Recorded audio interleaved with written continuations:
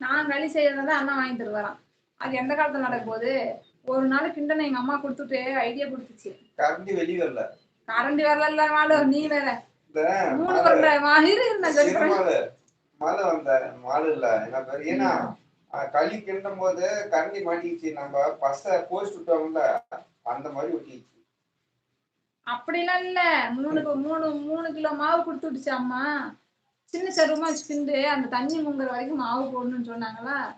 நான் கொஞ்சம் பெரிய சருவமா வச்சுட்டேன்னா தண்ணி வச்சுட்டேன் எங்க அம்மா சொன்னாலது போட போட போட போட போட மாவு நிறைய அந்த இருந்த மாவெல்லாம் தீர்த்துட்டேன். அந்த மாவு பூரா தீர்த்துட்டேன். களி நிறைய களி இருந்துச்சு. அடுத்தது எங்க அம்மா கிண்டுற மாதிரி இல்ல. அது ரொம்ப கொலகொலன்னு இருந்துச்சு. சொல்லலாம் அப்படியே பச மாதிரி பிடிச்சிச்சு. கரண்டி வெளியே வரல. பிடிக்கலாம் இல்ல. கூழ் மாதிரி கூழுக்கும் சேரல களிக்கும் சேரல. அது ஒரு